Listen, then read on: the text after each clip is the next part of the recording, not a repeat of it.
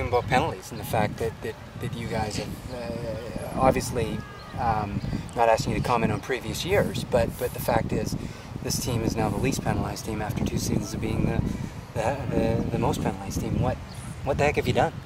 Just talk to them about the importance of it, and I think that they understand.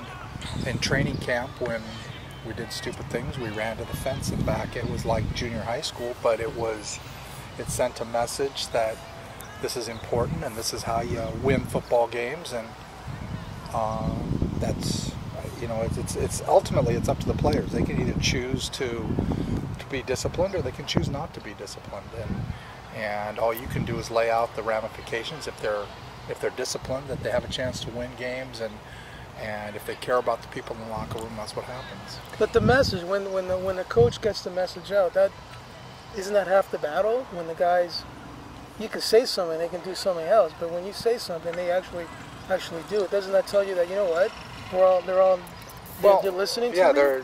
Yeah, again, it was the first thing when I met them for the very first time. They didn't know me from Adam. The very first meeting we had, the very first day of training camp, I picked 5 things that I felt were important, and number 1 on the list of where they were last year and why they won 7 games in 2 years was penalties. And so from the very first moment I opened my mouth, they've heard about the importance of penalties, and maybe that's had an effect. I think that they do understand, the importance of doing the right thing and having the discipline to do the right thing. They know what's right. But it's not about scaling back intensity, right? A lot of this is the after the whistle stuff, especially, isn't it? Yeah, and we haven't had an after the whistle penalty yet. And again, those are ones that, you can say, well, that's, you want to be known as a physical team, and some people mistake hitting after the whistle with being physical. And being physical is being able to run the ball at the end of the game when you want to run it. Being physical is taking the other team's running back and holding him to not being able to run. That's being physical, not taking a cheap shot after the whistle. So we believe in doing it the right way, and guys know if they take a late hit whistle or a late hit flag.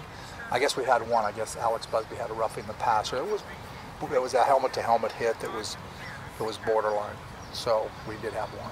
Hey, Jim, there was a sequence in the Calgary win where, I don't know if it was Lebinger or someone stepped on one of the players. That was, Joffrey Reynolds. Like, was there a isn't that suspendable? Or how does a guy step on a guy's?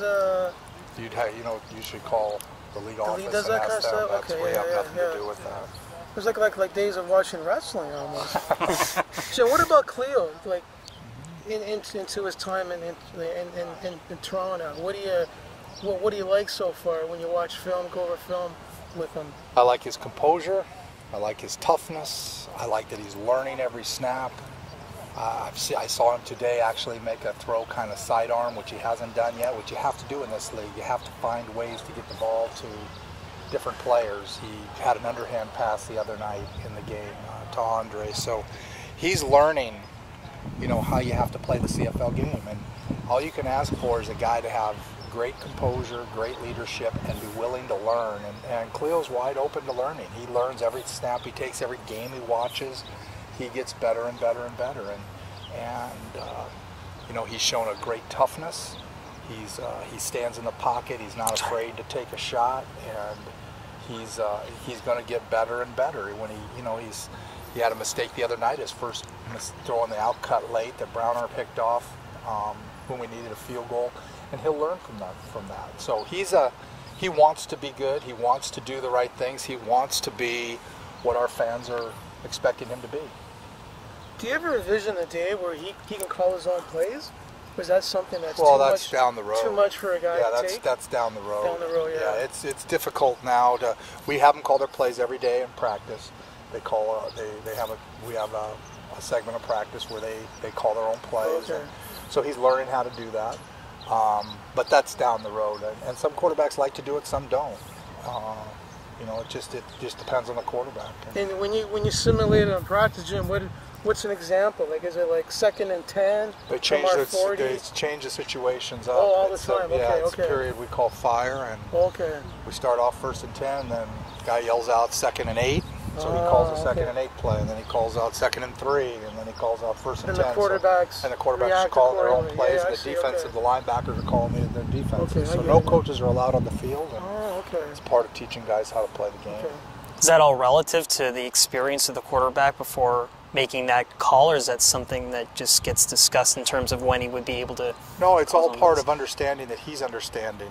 For us, we can listen to the calls he makes and know he understands why this play is in the game plan. He understands that's the situation we would run it. Or we might hear him call something on 2nd and 8 we wouldn't run on 2nd and 8, and make sure he understands that. So it's kind of a check for us as to is he understanding the concept of what the plays are that